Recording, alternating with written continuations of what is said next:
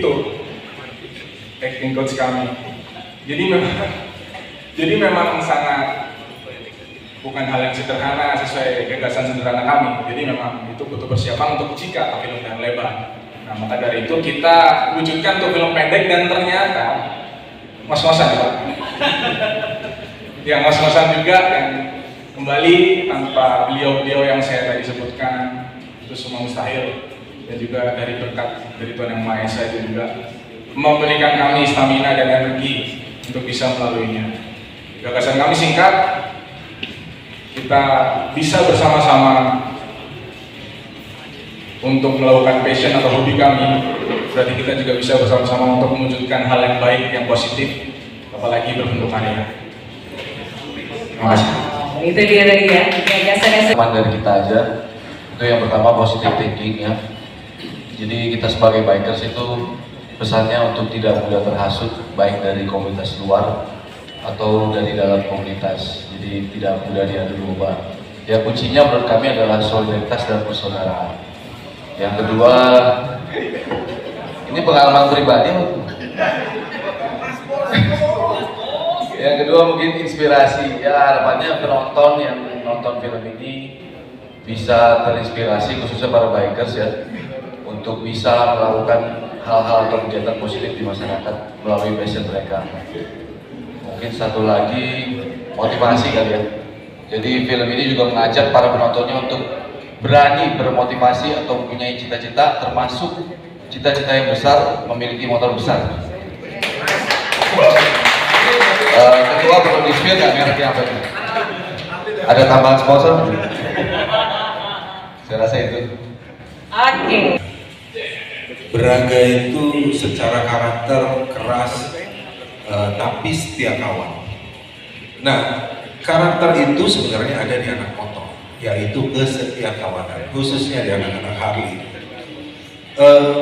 Latihan dibilang enggak, tapi dibilang enggak latihan juga enggak. Karena memang memainkan peran ini ya tadi seperti dibilang sama Andreas, kita itu hari-hari ya begini. Kita bersaudara dengan sesama anak motor, khususnya sesama anak Harley. Kita rindu manasin motor bareng, kita rindu touring bareng. Nah, di film ini semuanya dapat. Film ini juga waktu awal saya baca skenario, saya lihat saya bisa masuk ke dalam skenario itu. Bahwa ini memang film yang bagus. Untuk itu memang ada tanggung jawab moral buat saya sebagai Braga memerankan ini. Jangan sampai kita nggak bisa main yang bagus, akhirnya filmnya jadi nggak bagus. Ceritanya bagus, khususnya masalah kesetiakawanan, which is itu ada di antara anak motor. Kemudian film ini juga ada misi merubah image orang, bahwa tadi Mbak bilang geng motor, kita lebih tepat bilang anak motor. Kalau geng itu cenderung lebih ke negatif. Nah, kita itu naik motor belajar, kita safety riding, kita betul-betul patuh pada peraturan. Jadi kalau orang bilang anak Harley kencang-kencang, enggak. Kita itu tertib, itu yang kita gambarkan. Kita itu punya brotherhood yang tinggi. Nanti bisa dilihat di dalam film ini. Dan kita juga berani. Nah, kebetulan itu semua juga diajarkan sama ketua kita ini, yang namanya Harley Davidson. Ini nih, apa hal yang menarik di proses syutingnya? Sebenarnya gini ya, kalau dibilang ceritanya tuh ini seru banget karena cerita ini sebelumnya terjadinya cerita ini gue sama Bro Boni lagi di perjalanan ngobrolin kita bikin apa kek, kita cuma mau jalan-jalan doang nih, bikin sesuatu yuk.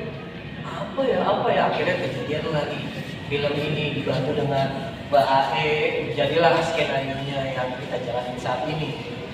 Kalau susah senengnya, kebanyakan senengnya ini syuting nggak kayak syuting pada umumnya. Syutingnya udah kayak nongkrong kebanyakan, ya teman-teman sendiri juga kan. Hampir tiap hari persiapannya, terus capek nggak berasa. Walaupun setelah kita selesai syuting, tepar tuh bang. 2 hari itu capek banget karena emang full banget. Kebetulan juga alhamdulillahnya saat itu memang hujan, cuman alam memberkati kita semua. Teman-teman ditambah lagi dari Hawk Anak Ulang ini juga support juga, banyak juga teman-teman dari DNC juga support banyak. Jadi gua ngerasanya tuh bukan syuting, gua ngerasanya nongkrong sambil main-main aja gitu, enak banget. Justru itu ya, berarti passion banget. Selain passion syutingnya, passion juga naik motornya. Benar banget. Gitu. Tahu juga loh. Saya kan tahu kamu banget. Oke, terima kasih Bro Fajar. Selanjutnya kita mau tanya-tanya buat Mbak AE nih, yang merupakan penulis skenario-nya. Ini inspirasinya dari mana sih Mbak AE? Jadi ya, karena kan saya kan sering ikut Samuri ya, boncenger, jangan kagum dulu. Saya cuma dibonceng. Nah, jadi ketika mereka punya passion itu saya tertarik untuk nguping gitu Mbak. Terus terang, kalau tadi yang udah dijelasin teman-teman itu benar adanya, lahirnya secara spontan dan kesungguhan mereka tuh luar biasa Mbak. Jadi tadi Mbak kaget kok Desember digagas sekarang udah jadi, karena emang anak Harley itu gercep Mbak, semuanya kalau udah pengen punya langsung dilakukan gitu. Nah, tapi ini ada yang lucu Mbak, ada yang lucu. Saya kan sehari-hari penulis biografi ya. Terus dulu juga saya pernah bikin film juga, tapi abis itu kan saya gak lama bikin film. Ketika mereka mulai meeting-meeting, terus saya nanya, ini gimana nih jalan ceritanya? Mereka udah penuh dengan ide. Wah, idenya banyak itu. Tapi kan namanya film itu harus ada premis, harus ada alurnya. Nah, saya coba masuk untuk merumuskan apa tujuan cerita mereka. Ternyata memang sejalan lah dengan apa yang ada di pikiran saya ya, bahwa kalau di kalangan gaul cewek itu kadang memandang geng motor itu arogan, manly banget nih, asik-asik sama cowok, nggak ingat sama pasangannya kalau udah sama motor gitu kan, kita mikirnya gitu. Tapi sebetulnya setelah kita terjun, apalagi dengan anak-anak Harley yang saya tahu, justru di situ kita menemukan apa yang namanya kesetiakawanan murni, kebaikan, dan sebetulnya cinta pada pasangan. Anak Harley itu sangat cinta pada pasangan, betul. Sampai ada nih buat yang punya motoran, kita sampai yang jadi istri sampai pengen nangis terharu. Ada tuh namanya dilarang membonceng cewek lain kecuali istri sendiri. Langsung kita kasih izin, boleh deh motoran gitu. Oke, balik lagi tadi ke soal skrip ya Mbak ya. Yang unik dari film ini, mereka selain passionnya tinggi, serba spontan juga sangat egois Mbak. Tapi egois itu bisa dimengerti, karena apa? Anak Harley itu udah punya ciri khas sendiri. Nggak bisa diatur cara ngomong mereka, gesture mereka, manasin motor mereka, itu udah ada gayanya. Jadi nggak bisa tuh penulis skenario kan begini, nggak bisa, kok nggak kayak gitu. Nah, di situ unik. Jadi saya mencoba mengarahkan cerita sambil berusaha memahami apa yang akan menjadi budaya mereka.